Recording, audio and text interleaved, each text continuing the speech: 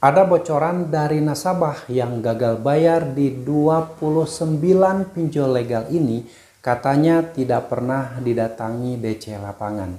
Pinjol apa saja? Silahkan. Assalamualaikum warahmatullahi wabarakatuh. Selamat siang teman-teman semuanya. Apa kabar Anda hari ini? Saya harap kalian masih dalam keadaan sehat walafiat dan selalu dalam lindungan Allah Subhanahu wa taala. Amin ya Allah ya rabbal alamin. Nah, kali ini saya akan bahas kembali updatean terbaru hari ini tanggal 21 Desember 2024, di mana ada nasabah yang curhat bahwa gagal bayar di 29 pinjol legal ini, tidak ada DC lapangan yang nagih ke rumah ya. Ini ada curhatan dari beberapa nasabah, dan 29 pinjol legal ini ada pinjol besar juga ya, ternyata faktanya tidak ada DC lapangan yang nagih ke rumah. Oke, buat kalian yang penasaran silahkan disimak video ini sampai selesai. Mudah-mudahan ini bisa jadi penyemangat buat kawan-kawan semuanya dan tidak takut lagi ketika diancam akan didatangi DC lapangan, karena fakta di luar sana ketakutan terbesar 99% nasabah yang telat bayar di pinjol itu takut didatangi DC lapangan.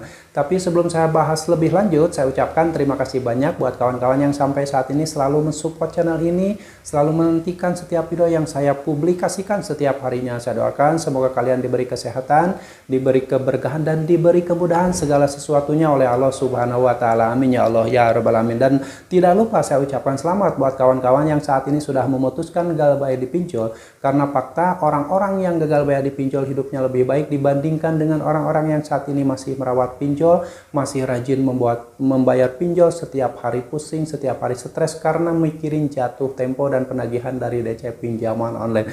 Oke, langsung tidak panjang lebar akan saya sampaikan 29 pinjol legal yang tidak pernah ada DC lapangan yang nagih ke rumah. Ini sumbernya dari orang-orang yang gagal bayar di pinjol ini ya teman-teman. Jadi mungkin buat kawan-kawan yang pengalamannya tidak sama, silahkan tuliskan di kolom komentar. Yang penyampaiannya tidak setuju dengan apa yang saya sampaikan, tuliskan di kolom komentar ya, itu hak kalian.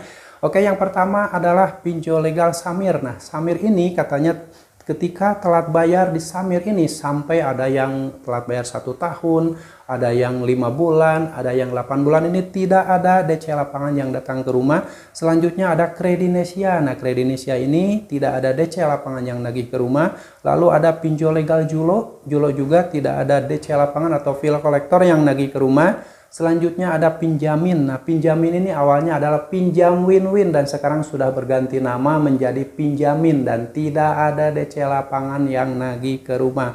Oke, lalu selanjutnya ada Uangmi. Nah, Uangmi juga pinjol legal OJK, tidak ada DC lapangan yang nagih ke rumah. Lalu ada Dana Rupiah. Nah, Dana Rupiah juga tidak ada DC lapangan yang nagih ke rumah. Selanjutnya Rupiah Cepat. Nah, pinjol legal OJK, tidak ada DC lapangan yang nagih ke rumah. Lalu selanjutnya ada SPayLater dan S-Pinjam. Nah, ini tidak ada DC lapangan yang nagih ke rumah. Selanjutnya ada Singa ID. Nah, Singa ID juga pinjol legal OJK, tidak ada DC lapangan yang nagih ke rumah. Lalu ada Indosaku. Nah, Indosaku juga pinjol legal OJK, tidak ada DC lapangan yang nagih ke rumah. Lalu ada Cairin. Nah, Cairin juga pinjol legal OJK, tidak ada DC lapangan yang nagih ke rumah. Selanjutnya ada Cash Cepat. Nah, Cash Cepat juga pinjol legal OJK, sudah berizin dan tidak ada DC lapangan yang nagih ke rumah.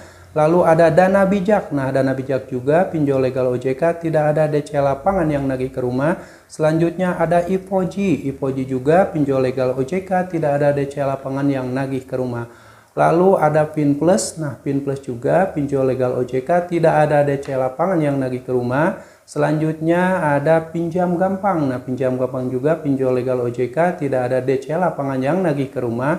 Lalu ada Pinjam Duit. Nah, Pinjam Duit juga pinjol legal OJK yang tidak ada DC lapangan yang nagih ke rumah. Lalu ada Pinjam You. Nah, Pinjam You juga pinjol legal OJK, tidak ada DC lapangan yang nagih ke rumah. Selanjutnya ada Modal. Nah, ada Modal, tidak ada DC lapangannya yang nagih ke rumah. Lalu ada Modal Nasional. DC pinjolnya tidak ada yang datang ke rumah. Selanjutnya ada Bantu Saku. Nah, Bantu Saku gagal bayar di pinjol ini, tidak ada DC lapangan yang nagih ke rumah.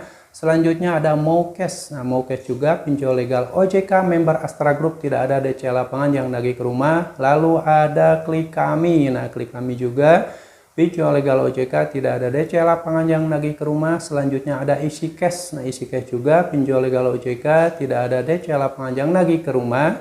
Lalu selanjutnya ada kami. Nah, ini juga pinjol legal OJK, tidak ada DC lapangan yang nagih ke rumah.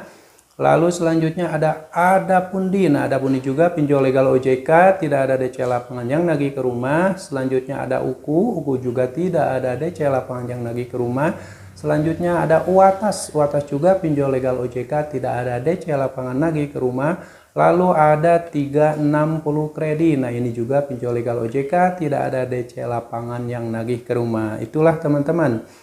Galbay di 29 pinjol legal tersebut tidak ada DC lapangan yang nagih ke rumah. Dan ini yang galbaynya ada yang sudah 6 bulan, 3 bulan, 1 tahun, 2 tahun, bahkan 3 tahun ini tidak ada DC lapangan yang nagih ke rumah. Jadi buat kawan-kawan yang sama-sama menggunakan pinjol-pinjol ini, tidak usah panik lagi, tidak usah takut bahwa penagihan-penagihan yang dituliskan oleh Deskol atau DC pinjol tersebut yang isinya akan menghadirkan DC lapangan itu hanya untuk menakut-nakuti saja, untuk mensugesti pikiran kalian sehingga tercipta kepanikan dan akhirnya kalian melakukan pembayaran dengan cara apapun. Itu konsepnya ya, jadi kalian nggak usah panik lagi. Ternyata ada yang gagal bayar di 29 pinjol ini, ada beberapa orang ternyata tidak pernah didatangi DC lapangan ya. Ternyata ini hal yang cukup menggembirakan buat kawan-kawan yang saat ini sangat takut didatangi DC lapangan, padahal DC lapangan itu adalah manusia biasa yang tugasnya hanya menagih dan tidak perlu dijadikan ketakutan. Cuman nggak tahu kenapa orang-orang itu banyak yang sangat takut, mungkin karena mereka sering menonton video-video yang beredar di media sosial yang memperlihatkan kekasaran dan kearoganan debt collector lapangan mungkin ya, sehingga mereka sangat takut didatangi DC lapangan. Tapi yang saya pelajari, ketika ada nasabah yang takut didatangi DC lapangan tersebut karena mereka takut utangnya diketahui oleh tetangganya, oleh saudaranya, oleh orang tuanya, atau oleh siapapun yang ada di rumah, dan akhirnya ketakutan didatangi DC lapangan. Sehingga seharusnya ketika kalian mempunyai utang dipinjol, jujurlah pada diri sendiri, jujur pada pasangan Anda, jujur pada keluarga Anda, sehingga ketika didatangi DC lapangan pun kalian tidak usah panik lagi, tidak usah takut lagi, karena faktanya orang-orang yang didatangi DC lapangan sampai saat ini masih bisa hidup, masih bisa makan, masih bisa baik-baik saja. Oke, itulah teman-teman, sekedar penyemangat buat kawan-kawan semuanya yang saat ini masih takut didatangi DC lapangan, galbay di pinjol manapun, hadapi saja semua resikonya, ikhlaskan, tidak usah panik lagi. Apapun yang kalian lakukan, jika itu akan mengancam keselamatan kalian, sebaiknya hati-hati, karena kedatangan DC lapangan sebenarnya bukan hal yang menakutkan, tetapi yang menakutkan justru adalah penagihan-penagihan yang dikirimkan melalui chat WhatsApp ataupun email ataupun SMS yang isinya kata-kata mengintimidasi, menekan, mengancam, dan bahkan bisa mensugesti pikiran kalian, dan efek fatalnya dari semua itu kalian bisa saja mengakhiri hidup ya, seperti sudah kejadian-kejadian yang lalu, satu keluarga mengakhiri hidup karena terlibat utang piutang di aplikasi pinjaman online. Oke, semoga sharing ini bermanfaat dan mudah-mudahan menjadi penyemangat buat kawan-kawan yang saat ini masih takut didatangi DC lapangan. Dan buat kawan-kawan yang saat ini masih memiliki permasalahan hidup, saya doakan semoga Allah segera memberikan solusi pada kalian atas semua permasalahan yang sedang kalian hadapi saat ini. Dan yang pasti kalian tetap semangat perjuangkan masa depan kalian, perjuangkan masa depan keluarga kalian, dan jangan pernah lagi memperjuangkan masa depan pinjaman online. Sampai jumpa lagi di video saya selanjutnya. Assalamualaikum warahmatullahi wabarakatuh.